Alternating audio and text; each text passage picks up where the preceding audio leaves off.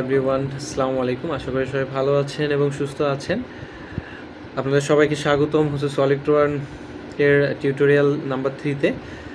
আমরা বিগত দিনগুলোতে যে ভিডিও টিউটোরিয়ালে যে বিষয়গুলো শিখেছি, আজকে তার উপর আমরা এক ধরনের একটা প্র্যাকটিস করবো। আমরা যে বিগত দিনগুলোতে শিখেছি হচ্ছে টু ডি ডিজাইনটা শিখেছি। আসলে যে অপশনগুলো আছে, কীভাবে কাজ করতে হয়, টুলসগুলো কীভাবে কাজ করে সেটা শিখেছি। কীভাবে একটা পেজ নিতে হয়, ফ্রন্ট পেজ কী, তারপর হচ্ছে টপ পেজ কী, এগুলো শিখেছি। তো আশা করি সেগুলো দেখেছেন। এবং আজকে আমরা টুলসগুলো ব্যবহার করে যেগুলো অঙ্কন করতে শিখেছি সেগুলোকে কীভাবে আমরা 3Dতে কনভার্ট করবো বা 3Dতে নিয়ে যাব সেই বিষয়টা সম্বন্ধে শিখবো। তো আগের ভিডিওটা একটু আলোচনা করা হোক আগের ভিডিওগুলো নিয়ে। সো আমরা এখানে জানি পার্ট কি, পার্টটা তো আমরা অবশ্যই নেওয়া শিখেছি প্রিভিয়াস ভিডিওতে।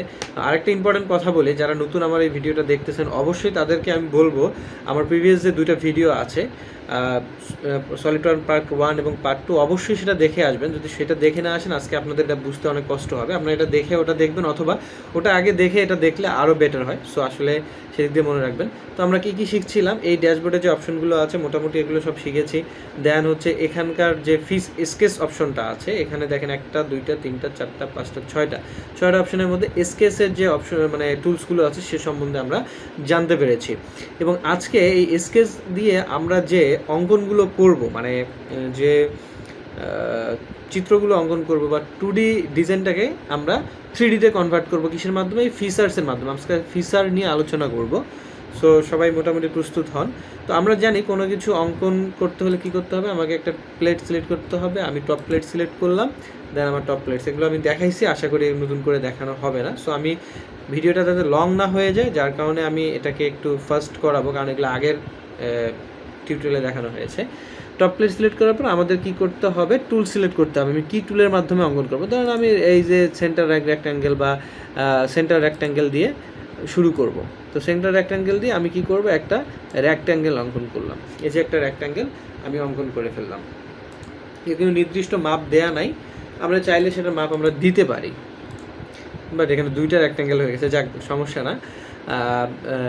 আমরা কি জানি ডাইমেনশন কিভাবে দেয়, স্মার্ট ডাইমেনশনকে ক্লিক করে দেন আমরা এর যে কোনো একটা বাহুর মধ্যে 1 ক্লিক করলে উপরের দিকে টানলে ডাইমেনশনটা আমরা দেখতে পারবো। দেন আরেকটা ক্লিক করে দিলে মাউস বাটন দিয়ে আমাদের এখানে মডিফাই অপশন আসবে। আমরা এই মডিফাই অপশন থেকে আমরা আমাদের যে কোনো দৈর্ঘ্য প্রয়োজন মতো দৈর্ঘ্য প্রস্থ আমরা চেঞ্জ করে নিতে পারবো। এগুলো আমি আগের ভিডিওতে দেখাইছি। তো এখানে আছে হচ্ছে 177, আমরা 150 করে দিলাম। হচ্ছে অলরেডি দেখেন ছোট হয়ে গেছে। সেমভাবে আমরা যদি আরেকটা মনে করেন, আমরা একটা নিলাম, কি এটা ক্লিক করে দিলাম, হয়ে গেছে। দেন আমরা কি করব, আবার নিলাম হচ্ছে সার্কেল, একটা সার্কেল অঙ্কন করলাম। হচ্ছে এই যে একটা হচ্ছে সার্কেল, যা রেডিয়াস দেখাচ্ছে হচ্ছে এত, একটা সার্কেল অঙ্কন করলাম। তো সার্কেল কিভাবে অঙ্কন করতে হয় এবং কিভাবে ডাইমেনশন দিতে হয় আমার আগের ভিডিও দেয়া আছে, অবশ্যই এটা আমি নতুন করে আলোচনা করতে চাচ্ছি না। তো আমাদের কিন্তু এখানে 2টা আমরা অবজেক্ট অঙ্কন করে ফেলছি। একটা হচ্ছে আমরা দেখি হচ্ছে রেক্ট্যাঙ্গেল অঙ্কন করে ফেলছি, যেটাকে আমরা বলে থাকি চতুর্ভুজ। আর একটা হচ্ছে কি এটাকে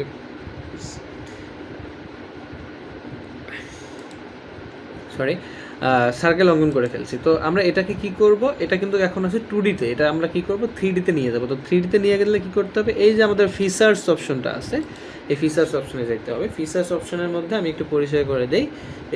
এখানে দেখেন এক্সট্রুডেড বস এবং এক্সট্রুডেড রিমুভ বস এবং বেস। তো আসলে এখানে একটা বিষয় বুঝি, এটা রিমুভের কাজটা আমরা যখন একটা অঙ্কন করার পর তারপর তো রিমুভ করতে হয়। তো এটা নিয়ে আমরা পরে আলোচনা করব। আগে আমাদের ইম্পর্টেন্ট বিষয় হচ্ছে স্ট্রুড বস বা স্ট্রুড বেস, এই জিনিসটা সম্পর্কে ভালো করতে যাবে। এটাই হচ্ছে আসলে মূলত আমার 2D ডিজাইনটাকে 3Dতে রূপান্তর। যে অবজেক্টটা সিলেক্ট করে আমরা এই স্ট্রুড বসটা করব, সেই অবজেক্টটাই হচ্ছে কি হয়ে যাবে, 2D থেকে 3Dতে রূপান্তরিত হয়ে যাবে। তো আমরা কি করলাম, ফিচার্সে ছিলাম, ফিচার্সে এটা অঙ্কন করে নিলাম। দেন স্কেচে ছিলাম, স্কেচে এটা অঙ্কন করে নিলাম 2Dতে। দেন আমরা ফিচার্সে চলে আসলাম। এসে কি এই যে স্ট্রুড বস অপশনটা দেখেন, আমি এখানে একটা ক্লিক করে দিলাম, বা এই অবজেক্টটাকে দেখেন 3টা অবজেক্ট আছে, 1টা 2টা 3টা এখানে অবজেক্ট দেখা যাচ্ছে। 3টা অবজেক্টের একটা কিন্তু প্রিভিউ হয়ে গেছে, প্রিভিউ দেখতে পাচ্ছি 3D প্রিভিউ দেখতে পাচ্ছি যে এই জব আমি যদি স্টুডিওটা ক্লিক করে দিই, মানে এই যে দেখেন ওকে অপশন, মানে আমি সিলেক্ট করে দিই হ্যাঁ আমি এটা এরকম করবো, ওকে করে দিই, তাহলে কিন্তু আমার জব এরকম হবে, এত মানে থিকনেস এরকম হবে। এখানে দেখেন থিকনেসটা দেয়া আছে, কত মিলিমিটার হবে থিকনেসটা, মানে 3D করার পর যখন বেস একটা করে ফেললাম, বেসটা কত হবে আপনার হচ্ছে এটা থিকনেস তৈরি হয়ে যাবে। থিকনেসটা আপনি চাইলে এখান থেকে বাড়াই নিতে পারেন, 10 আছে আমি 15 করে নিলাম, দেখেন এখানে কিন্তু 15, ও সরি আমি ভুলে 115 মিলিমিটার দিয়ে দিয়েছি, তো 115 মিলিমিটার হয়ে গেছে। এত বড় করার দরকার নেই, আমরা একটু ছোটো করে নিই, আমাদের তাহলে বুঝতে সুবিধা হবে। আমরা 15ই করে নিলাম, বা 20 করে নিতে পারি, 30 করলাম, দেখেন আমরা 30 করলাম, মোটামুটি একটু বড় মানে হয়ে গেছে, আরও বুঝতে সুবিধা হচ্ছে। তো আমি এখন এটাকে কী করব, এটাকে দেখেন এই যে ওকে বাটনটা আছে, ওকে বাটনে ক্লিক করে দিলাম, দেখেন আমার অবজেক্টটা এখন রেডি। আমরা একটা সিলেক্ট করলে আমাদের 3টা যে অবজেক্ট ছিল, তো এই 3টা অবজেক্ট আমার হয়ে গেছে, রেডি হয়ে গেছে।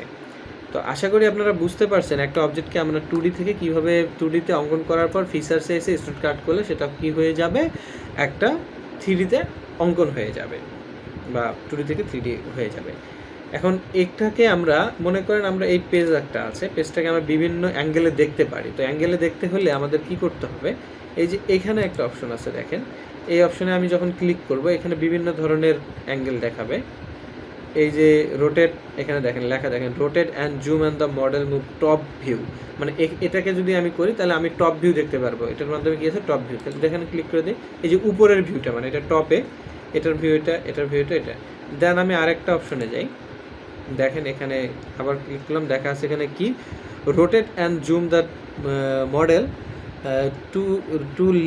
To the lift view orientation. তো আমরা এই ভিউটা ক্লিক করলে আমরা এই সাইডের ভিউটা দেখতে পারবো। দেন আমরা বাকি এখানে বিভিন্ন ধরনের ভিউ আছে যেগুলোকে আপনারা ট্রাই করবেন, এক একটা ভিউ এক এক ধরনের। সো এখানে 3D অপশন হচ্ছে এইটা, এই যে এখানে যে 3D অপশনটা দেখছি এখানে দেখেন হচ্ছে আইসোমেট্রিক ভিউ, যেটাকে আমরা বলি 3D ভিউ বা আইসোমেট্রিক। আমরা জানি আইসোমেট্রিক ভিউয়ের মাধ্যমে মনে হয় 6টা ভিউ দেখা যায়, 6টি ভিউ দেখা যায় এরকম আমার মনে পড়তেছে, বাট আপনার এই মতো মনে নাই, দুঃখিত। বাট আইসোমেট্রিক ভিউটা হচ্ছে এটা, এই আইসোমেট্রিক ভিউটাই হচ্ছে বলা যায় 3D ভিউ। এইটাই এরকম দেখা যাচ্ছে মূলত হচ্ছে অবজেক্টটাকে। তো এখানে আরেকটা বিষয় আছে, তো আমি কি বললাম, আমরা তাহলে এখানে যে কোনো টুলস ইউজ করে যে কোনো একটা অবজেক্ট তৈরি করে সেটাকে আমরা 3Dতে নিব কিসের মাধ্যমে, ফিচার্সের মাধ্যমে। অ্যান্ড দেন ফিচার্সে গিয়ে আমাদের কী করতে হবে, স্টুড বেস করতে হবে বা স্টুড বক্স করতে হবে।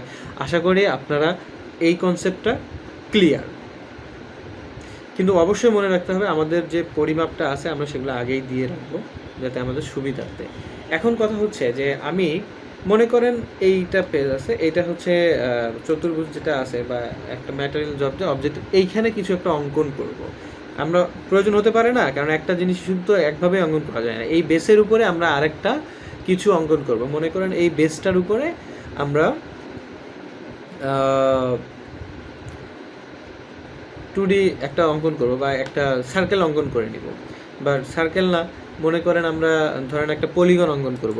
তো আমি কি করব, দেখেন এই এই এই উপরে ক্লিক করব, যে বেসটাতে অঙ্কন করবো সেই বেসটা সিলেক্ট করে নিয়ে দেন দেখেন যে এখানে স্কেচ অপশন আছে, এই যে স্কেচ অপশন আছে, সিলেক্ট করার পর এই অপশন চলে আসবে, দেন আমরা এক্সেসে ক্লিক করব। এখন কথা হচ্ছে এটা তো পেজ সিলেক্ট করছি ঠিক আছে, বাট এটা কিন্তু মানে আইসোমেট্রিক ভিউয়ে আছে। তো এখানে অঙ্কন করলে কিন্তু আমাদের জন্য একটা সহজ অঙ্কন হবে না। তো আমাদের কি করতে হবে, যে পেজটা সিলেক্ট করছি সেই পেজটাই অঙ্কন করার জন্য আমাদের ওইটাকেই টপ ভিউ আকারে নিয়ে আসতে হবে, আমাদের ফ্রন্ট ভিউ আকারে নিয়ে আসতে হবে। সেক্ষেত্রে আমরা কি করতে পারি, সেক্ষেত্রে এই যে ভিউ যে অপশনটা আছে গিয়ে এখানে দেখেন এটা এই যে একটা তীরের মতো অপশন আছে, সেটার নাম জানি কি, এখানে এটাকে নর্মাল বলা হয়, নর্মাল টু। এখানে শর্টকাট অপশন দেওয়া আছে দেখেন, Ctrl+8 যদি আমরা ইউজ করি, Ctrl+8 ইউজ করে এটা শর্টকাট করা যায়, বা এখান থেকে আপনারা করতে পারেন। সো আমি এখানে থেকেই করলাম ক্লিক, দেখেন আমরা এই সারফেস বা এই ফেসটাকে আমরা সিলেক্ট করছি, এটাই কিন্তু চলে আসছে। আর এর মধ্যে আমরা যে কোনো ধরনের অঙ্কন করতে পারি। ধরেন আমরা এই পলিগনটা সিলেক্ট করে নিলাম, পলিগনটা সিলেক্ট করার পর এই সেন্টারে করলাম, একটা পলিগনের মধ্যে অঙ্কন করি। এই যে ধরেন একটা পলিগন অঙ্কন কিন্তু হয়ে গেছে, বাট কোনো ধরনের মাপ দেওয়া নাই। এখানে যে 6 পলিগন মানে 6টা বাহু আছে এই পলিগনের, আমরা একটু কমাই দিই, যেহেতু আমাদের জবটা ছোট একটু কমাই দিতে পারি। এটা পলিগনটা আমরা 4 করে দিতে পারি। দেখেন 4 পলিগনটা হয়ে গেছে। পলিগনটা 4-এর মতো হয়ে গেছে, বাট আমরা চাইলে আবার বাড়াই দিতে পারি, কোনো সমস্যা নাই। এখানে আবার দেখেন আমরা সেম আরেকটা পলিগন, অথবা পলিগন না, মনে করেন আমি একটা সেন্টার রেক্ট্যাঙ্গেল নিলাম, দেন আমি কিন্তু এটা সিলেক্ট করি নাই, দুঃখিত, ওইটার মধ্যে অঙ্কন করতে পারবো না। আগেই বলছি যে যদি সিলেক্ট না করি তাহলে আমি অঙ্কন করতে পারবো না। মনে করেন আমাকে আবার অবশ্যই সিলেক্ট করে নিতে হবে। সো আমি এটাই যেহেতু অঙ্কন করছি, তো আমি এটার উপরেই অঙ্কন করার চেষ্টা করব। মনে করেন একটা আচ্ছা আমি পলিগনে নিলাম, পলিগন নেওয়ার পর পলিগন সিলেক্ট করলাম, দেন হচ্ছে এখানে সিলেক্ট করলাম, এখানে আরেকটা পলিগন অঙ্কন করতেছি। এটা আমি কত 6 বাহুর পলিগন অঙ্কন করলাম। দেখেন 6 বাহুর একটা পলিগন অঙ্কন হয়ে গেছে আমার অলরেডি। তো এটা কিন্তু আমার নির্দিষ্ট কোনো মাপ দেয়া নেই, আমি চাইলে এখান থেকে এখন মাপ দিতে পারি। আমি স্মার্ট ডাইমেনশনে যাব, আবার স্কেচের স্মার্ট ডাইমেনশনে ক্লিক করলাম, দেন এখানে যে কোনো একটা বাহু নিব, নিয়ে দেখবেন এখানে 18 আছে এই বাহুর দৈর্ঘ্য। এখানে একটা জিনিস বলে রাখি, এখানে 6টা বাহু কিন্তু সমান পলিগনের। যে কোনো একটা বাহুর আপনি যদি দৈর্ঘ্য চেঞ্জ করে ফেলেন বা ডাইমেনশনটা চেঞ্জ করে ফেলেন, তাহলে কিন্তু পুরো যে পলিগনটা আছে এটা চেঞ্জ হয়ে যাবে। তো এখানে 18 আছে, আমি 20 করে দিলাম, একটা ক্লিক করে দিয়ে হলো মডিফাই গিয়ে আমি কী করে দিলাম 20 করে দিয়ে সিলেক্ট করে দিলাম। তো আমার কিন্তু 20 হয়ে গেছে। তো এটা অঙ্কন করা ক্লিয়ার, ঠিক আছে। এখন আমি এটা অঙ্কন হয়ে যাওয়ার পর আমি ওই অংশটাকে আমি কি করব 3Dতে রূপান্তর করব। তাহলে আমি কি করব, এই অংশটাকে বসে যাব, দেন দেখেন আমি এটাকে চেঞ্জ করতেছি। এটা এই দুইটা যে প্রজেক্ট মানে অবজেক্ট আছে, দুইটা অবজেক্ট কিন্তু আগের অবজেক্টের উপরেই কিন্তু এরা, যেহেতু ওই দুটো সিলেক্ট করা ছিল, দেন হচ্ছে ওই দুটো কিন্তু আগের অবজেক্টের উপরেই অঙ্কিত হয়ে গেছে। যখন এটাকে যদি আমি এটা প্রিভিউ দেখাচ্ছে যে এটা বস্তুটা এরকম হয়ে যাবে। তো এটা করার জন্য আমরা কি করব, এই যে টিক চিহ্ন আছে মানে ওকে বাটন আছে, ওকেতে আমি ক্লিক করে দিলাম। দেখেন এখানে কিন্তু ওই যে আমরা যে সেন্টার রেক্ট্যাঙ্গেলটা অঙ্কন করছিলাম তার উপরে আরও দুইটা ম্যাটেরিয়ালস অঙ্কন করলাম। তো একটা ম্যাটেরিয়ালসের উপর আরেকটা ম্যাটেরিয়ালস কীভাবে অঙ্কন করবো, বা একটা পেজের উপরে কীভাবে আরেকটা পেজ অঙ্কন করবো, সেটা কিন্তু আমরা জানি। এখন দেখেন আমি এই পেজটা নিলাম, নিয়ে হচ্ছে স্কেচ অঙ্কন করলাম, আবার দেখাচ্ছি। এর মধ্যে একটা আবার আমি রেক্ট্যাঙ্গেল অঙ্কন করব, ছোট একটা রেক্ট্যাঙ্গেল অঙ্কন করব। তো রেক্ট্যাঙ্গেল না অঙ্কন করে আমি আরও একটা জিনিস অঙ্কন করতে পারি। আমার কিন্তু এটা সিলেক্ট করা হয়েছে, স্কেচ করা হয়েছে। তো স্কেচ করা হয়ে গেলে কি আমি এর উপর যদি অঙ্কন করি, তাহলে আমাকে কি করতে হবে, নর্মাল মোডে নিয়ে আসতে হবে। তো নর্মাল মোডে আনলে এখানে যাইতে হবে, অথবা আমরা কি বলতে পারি Ctrl+8 চাপতে পারি। তো আমি এখান থেকেই নিলাম, নেওয়ার পর আমি কি করব, এখানে একটা মনে করেন স্ট্রেট স্লট নিলাম, স্লট অঙ্কন করব, মানে মাঝখানে করবো। সো কী করলাম, স্লটটা সিলেক্ট, এখানে সুবিধার্থে আমরা সেন্টার পয়েন্ট স্লটটা যদি centre point arc slot straight slot centre point, হ্যাঁ সেন্টার পয়েন্ট থেকে কাজ করলে একটু সুবিধা হবে আর কি। এখানে সেন্টার নিলাম, দেন হচ্ছে সল্ট ডাইমেনশনটা এটা, দেন আমি এখানে ডাইমেনশন দিলাম না। ডাইমেনশন কীভাবে দিতে হয় আমি শিখাইছি, আপনারা নিজে নিজেই দিয়ে নেবেন প্র্যাকটিস করার সময়।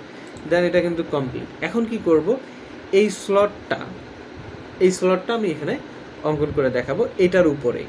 তো কী করবো, ফিচার্সে যাব, দেন হচ্ছে স্টুড বেস বা বস, দেন দেখেন এই স্লটটা এই ফেজের উপরে স্লটটা। এখন কথা হচ্ছে, বলতে পারেন যে আপনি এভাবে ঘোরাচ্ছেন কিভাবে।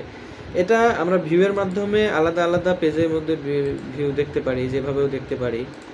দেন হচ্ছে আমি এখানে বিভিন্ন আপনার মন ইচ্ছা মতো আপনি যেটা দেখতে পারেন, এবং এই যে আইসোমেট্রিক ভিউ আমরা দেখতে পারি। এখন কথা হচ্ছে আমি কোন ভিউ দেখব সেটা আমি অঙ্কন না করে আরও একটা সিস্টেমে আছে, ঘুরে ঘুরে দেখতে পারি। সেটা হচ্ছে মাউসের যে মাঝখানে যে বাটনটা আছে, এটাকে আসলে কি বলে বাটনটা এই মুহূর্তে আমার মনে নাই। যাক, এই যে ইয়েটা দেখতেছেন ঘুরতেছে, এই বাটনটাকে আমরা ক্লিক করে ধরে চাপ দিয়ে ধরে ঘুরাবো, দেন যেদিকে খুশি আমরা সেদিকে ঘুরিয়ে ঘুরিয়ে এটাকে দেখতে পারবো। এটা একটা টিক্স কিন্তু শিখে গেলেন আপনারা, সো এটা ফলো করবেন। দেন আমি দেখতে পাচ্ছি যে এটার উপর এটা হয়ে গেছে। তো আমি কি করব, এখানে একটা ক্লিক করে দিলাম, দেন এটা অঙ্কন হয়ে গেল। আশা করি আপনারা বুঝতে পারছেন। Okay fine. এখন এটা গেল, এর মধ্যে আমি আরেকটা কাজ করতে পারি। এখন এটা তো গেল হলো স্কুল, তাহলে বেসের মাধ্যমে কি করব, একটা 2D অঙ্কন করে নিয়ে দেন হচ্ছে বেসের মাধ্যমে সেটাকে আমরা 3D রূপান্তর করতে পারবো। আশা করি আমি বুঝে গেছি, এতক্ষণ পর্যন্ত যেটুকু কাজ শিখাইছি এইটুকু আপনি বুঝতে পারছেন যে স্টুড বেস এবং ফিচারের কাজ কী। এর বাকি যে অপশনগুলো আছে এগুলো নিয়ে আস্তে আস্তে অঙ্কন করতে হবে, একদিনে অঙ্কন করা সম্ভব না। যেটুকু করাইছে আজকে আপনারা এটুকু প্র্যাকটিস করেন, অ্যান্ড আমার পরবর্তীতে টিউটোরিয়ালে আমি দেখাবো যে আসলে একটা জবের মধ্যে কীভাবে এটা অঙ্কন করা যায় এবং এটা কীভাবে ছিদ্র করা যায়। এই মানে এক নির্দিষ্ট অংশ আমার লাগছে না, অঙ্কন করার পর আমি নির্দিষ্ট অংশ কেটে দিব, সেটা কীভাবে কেটে দেওয়া হয় এই বিষয়গুলো আমি জানাবো। সেখানে জানাবো হলো স্ক্রুড কাট সম্পর্কে, ইভেন্ট হচ্ছে এই বিষয়গুলো নিয়ে আস্তে আস্তে আস্তে আস্তে। এরপর আরও বিষয় আছে, ফ্ল্যাট আছে, প্ল্যানার পয়েন্ট আছে, অনেক কিছু আছে, মিরর আছে, একটা ডিজাইনকে আপনি আপনার সামনে কীভাবে ডিজাইন করেন এগুলো নিয়ে আস্তে আস্তে আলোচনা করবো। সো আমি মনে করি এক ধরনের সব কিছু নিয়ে আলোচনা করলে আপনাদের বুঝতে সমস্যা হয়, আমি যতটুকু বুঝি। সো আপনারা আজকে এই যেটুকু শিখেছি এইটুকুর উপর প্র্যাকটিস করেন, দেন আমি নেক্সট ভিডিওতে ইনশাল্লাহ আরও ভালো কিছু আমরা শিখবো। আসসালামু আলাইকুম, সবাই ভালো থাকবেন এবং সুস্থ থাকবেন।